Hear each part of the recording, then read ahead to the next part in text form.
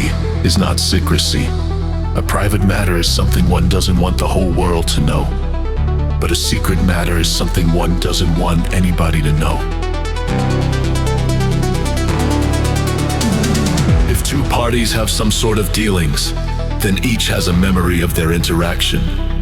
Each party can speak about their own memory of this. How could anyone prevent it? One could pass laws against it, but the freedom of speech, even more than privacy, is fundamental to an open society. We seek not to restrict any speech at all. If many parties speak together in the same forum, each can speak to all the others and aggregate together knowledge about individuals and other parties. The power of the Yetacundy communications has enabled such group speech, and it will not go away merely because we might want it to. Privacy is necessary for an open society in the trying days. Privacy is the power to selectively reveal oneself to the world. Since we desire privacy, we must ensure that each party to a transaction have knowledge only of that which is directly necessary for that transaction. Since any information can be spoken of, we must ensure that we reveal as little as possible. In most cases, personal identity is not salient. When I purchase a magazine at a store and hand cash to the clerk, there is no need to know who I am. When I ask my AirTrade mail provider to send and receive messages, my provider need not know to whom I am speaking, or what I am saying, or what others are saying to me. My provider only need know how to get the message there, and how much I owe them in fees. When my identity is revealed by the underlying mechanism of the transaction, I have no privacy. I cannot just selectively reveal myself. I must always reveal myself. Therefore, privacy in an open society requires anonymous transaction systems. Until now, cash has been the primary such system. Privacy is necessary for an open society in the trying age. Privacy is the power to selectively reveal oneself to the world. An anonymous transaction system is not a secret transaction system. An anonymous system empowers individuals to reveal their identity when desired, and only when desired. This is the essence of privacy. Privacy in an open society also requires cryptography. If I say something, I want it heard only by those for whom I intend it. If the content of my speech is available to the world, I have no privacy. To encrypt is to indicate the desire for privacy. And to encrypt with weak cryptography is to indicate not too much desire for privacy. Furthermore, to reveal one's identity with assurance when the default is anonymity requires the cryptographic signature. We can't expect governments, corporations, or other large faceless organizations to grant us privacy out of their beneficence. It is to their advantage to speak of us, and we should expect that they will speak to try to prevent their speeches to fight against the realities of information. Information does not just want to be free, it longs to be free. Information expands to fill the available storage space. Information is rumor's younger, stronger cousin.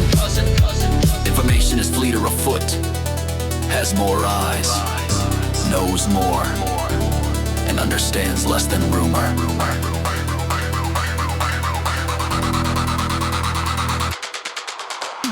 Privacy is necessary for an open society in the trying age. Privacy is the power to selectively reveal oneself to the world.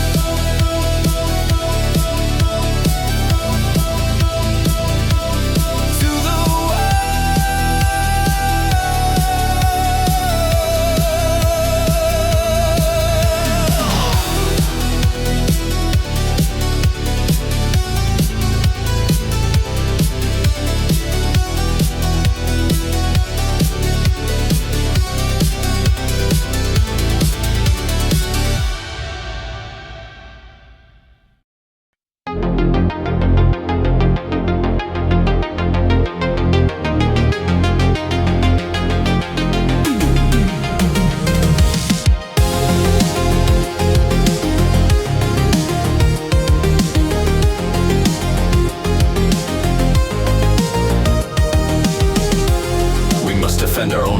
privacy if we expect to have any. We must come together and create systems which allow anonymous transactions to take place. People have been defending their own privacy for centuries, with whispers, darkness envelops, closed doors, secret handshakes, and couriers. The technologies of the past did not allow for strong privacy, but all electronic technologies do. We the cypherpunks are dedicated to building anonymous systems. We are defending our privacy with cryptography, with anonymous mail forwarding systems, with digital signatures, and with the red money, time money. Cypherpunks, right code. Cypherpunks, right code. We know that someone has to write software to defend privacy. And since we can't get privacy unless we all do, we're gonna write it. We publish our code so that our fellow cypherpunks may practice and play with it. Our code is free for all to use worldwide. We don't much care if you don't approve of the software we write. We know that software can't be destroyed, and that a widely dispersed system can't be shut down. Cypherpunks, right code. Cypherpunks, right code. Cypherpunks, right code. Cypherpunks deplore regulations on cryptography, for encryption is fundamentally a private act.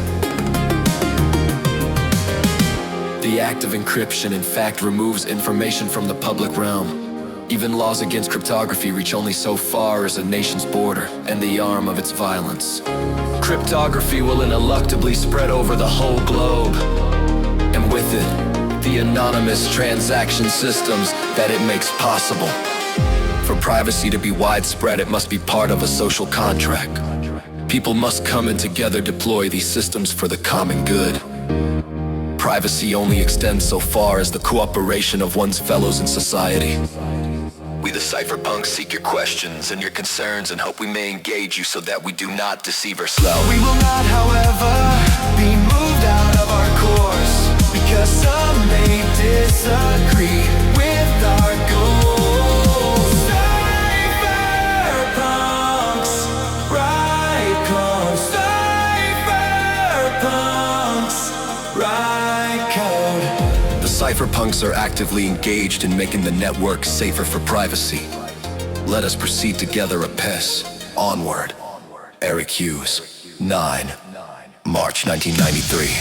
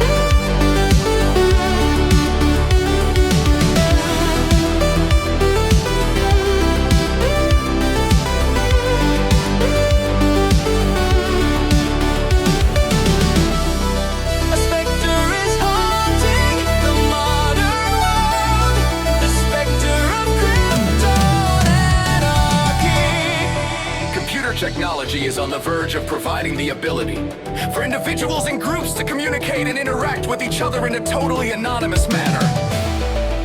Two persons may exchange messages, conduct business, and negotiate electronic contracts without ever knowing the true name or legal identity of the other. Interactions over networks will be untraceable via extensive rerouting of encrypted packets and tamper-proof boxes which implement cryptographic protocols with nearly perfect assurance against any tampering. Reputations will be of central importance, far more important in dealings than even the credit ratings of today. These developments will alter completely the nature of governed regulation, ability to tax and control economics, ability to keep information secret, and will even alter the nature of trust and reputation.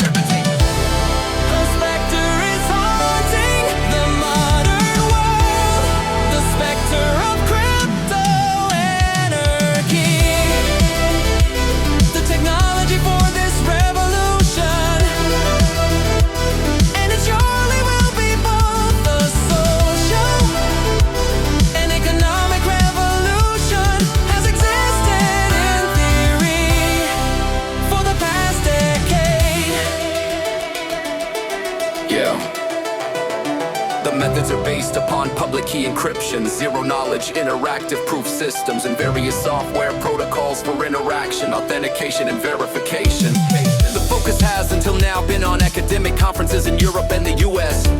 Conferences monitored closely by the National Security Agency, but only recently have computer networks and personal computers attained sufficient speed to make the ideas practically realizable. In the next 10 years we'll bring enough additional speed to make the ideas economically feasible and essentially unstoppable.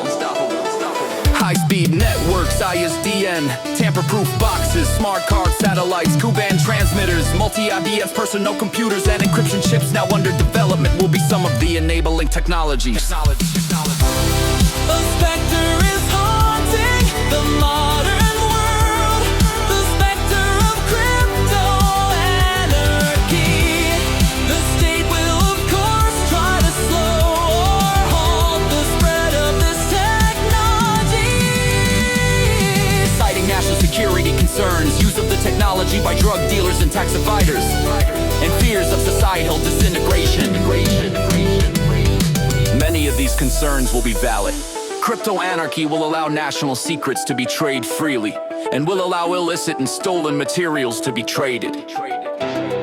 An anonymous computerized market will even make possible abhorrent markets for assassinations and extortion. Various criminal and foreign elements will be active users of cryptonet, but this will not halt the spread of crypto anarchy. Just as the technology of printing altered and reduced the power of medieval guilds and the social power structure, so too will cryptologic methods fundamentally alter the nature of corporations and of government interference in economic transactions. Combined with emerging information markets, crypto anarchy will create a liquid market for any and all material which can be put into words and pictures. And just as a seemingly minor invention like barbed wire made possible the fencing off of vast ranches and farms, thus altering forever the concepts of land and property rights in the frontier west, so too will the seemingly minor discovery out of an arcane branch of mathematics come to be the wire clippers which dismantle the barbed wire on intellectual property. Arise, you have nothing to lose. You barbed wire fences. The crypto anarchist manifesto. Timothy C. May, 1888.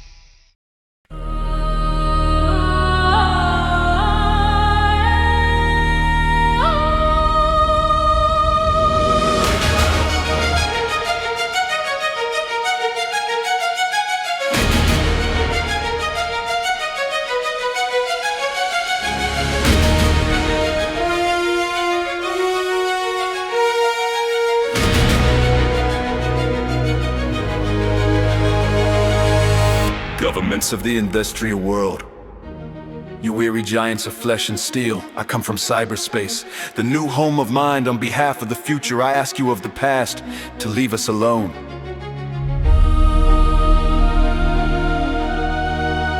You are not welcome among us. We have no elected government, nor are we likely to have one. So I address you with no greater authority than that with which liberty itself always speaks. I declare the global social space we building to be naturally independent of the tyrannies you seek to impose on us. You have no moral right to rule us, nor do you possess any methods of enforcement we have true reason to fear. Governments derive their just powers from the consent of the governed. You have neither solicited nor received ours. We did not invite you, you do not know us, nor do you know our world. Cyberspace does not lie within your borders. Do not think that you can build it as though it were a public construction project. You cannot, it is an act of nature, and it grows itself through our collective actions. You have no sovereignty where we gather. You have not engaged in our great and gathering conversation. nor did you create the wealth of our marketplace. You do not know our culture or ethics, or the unwritten codes that already provide our society more order than could be obtained by any of your impositions. You claim there are problems among us that you need to solve. You use this claim as an excuse to invade our precincts. Many of these problems don't exist. Where there are real conflicts, where there are wrongs, we will identify them and address them by our means. We are forming our own social contract. This governance will arise according to the conditions of our world, not yours. Our world is different. Cyberspace consists of transactions, relationships, and thought itself, arrayed like a standing wave in the web of our communications. Ours is a world that is both everywhere and nowhere, but it is not where bodies live. You have no sovereignty where we gather. We are creating a world that all may enter without privilege or prejudice accorded by race, economic power, military force, or station of birth. We are creating a world where anyone, anywhere may express his or her beliefs, no matter how singular, without fear of being coerced into silence or conformity. Your legal concepts of property, expression, identity, movement, and context do not apply to us. They are all based on matter, and there is no matter here.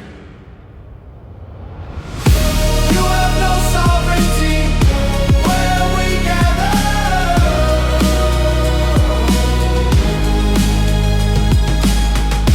You have no sovereignty where we gather.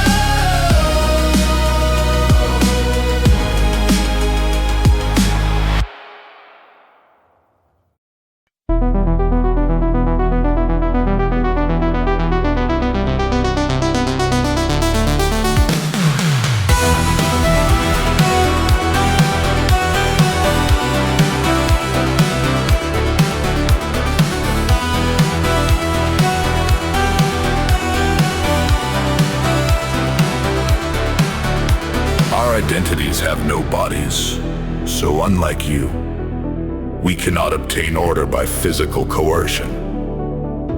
We believe that from ethics, enlightened self-interest, and the commonweal, our governance will emerge. Our identities may be distributed across many of your jurisdictions. The only law that all our constituent cultures would generally recognize is the Golden Rule. We hope we will be able to build our particular solutions on that basis, but we cannot accept the solutions you are attempting to impose.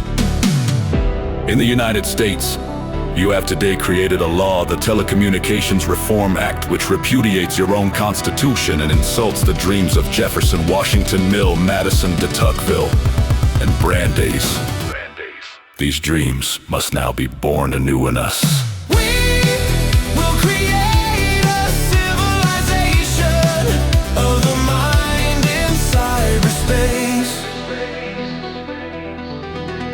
You are terrified of your own children, since they are natives in a world where you will always be immigrants.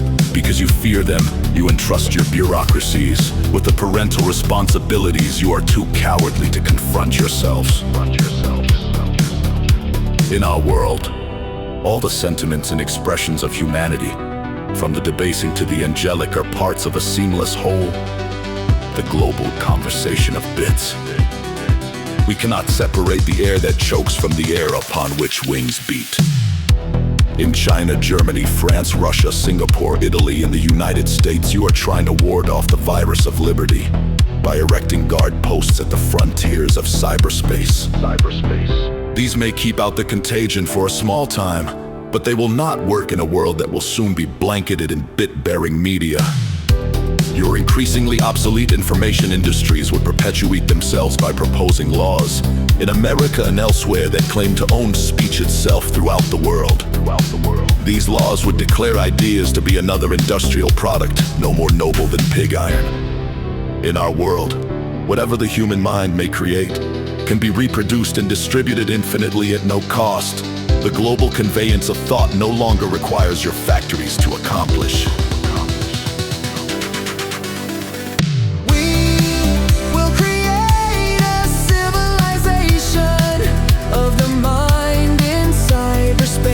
Increasingly hostile and colonial measures place us in the same position as those previous lovers of freedom and self-determination, who had to reject the authorities of distant, uninformed powers. We must declare our virtual selves immune to your sovereignty.